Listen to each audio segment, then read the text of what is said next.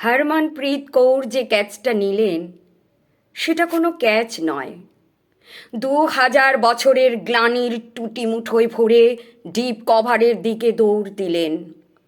Deep cover থেকে ভারতবর্ষের সমস্ত মাকে বলেছিলেন, মা দেখো, মেয়েরা পারে।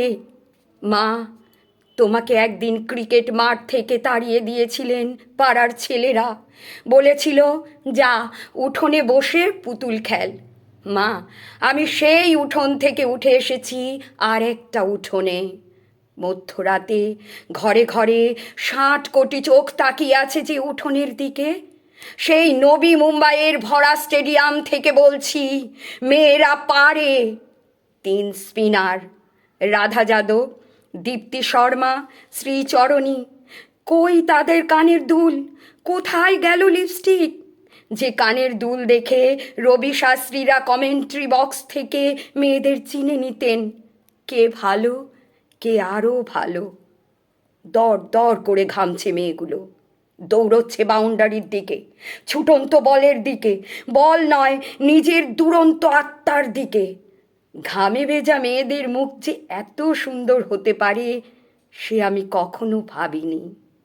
আমি ভেবেছিলাম রাধা শুধু যমুনাতে জল আনতে যায়। বাংলার মেয়ে রিচা ঘোষ বললেন, একটাই কথা ছিল, শরীরের শেষ বিন্দু দিয়ে দিতে হবে।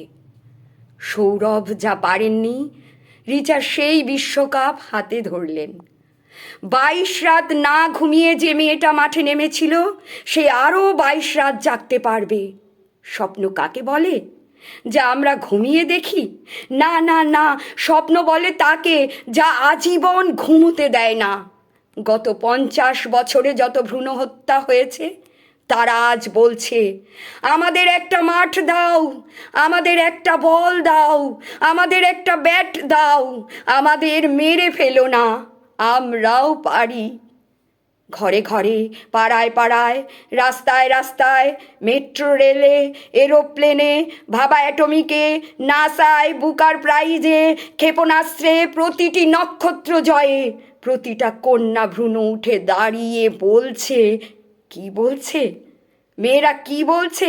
মেয়েরা বলছে, আমাদের একটা মাঠ দাও, আমাদের একটা বল দাও, আমাদের একটা ব্যাট দাও, আমরাও সারা ভারতবর্ষকে আনন্দে, নবীন আনন্দে, গভীর আনন্দে, ইট চাপা আনন্দ থেকে ইট সরিয়ে মাতাল আনন্দে, তুরীয় আনন্দে, সমুদ্র হিমাচল কাঁদিয়ে দিতে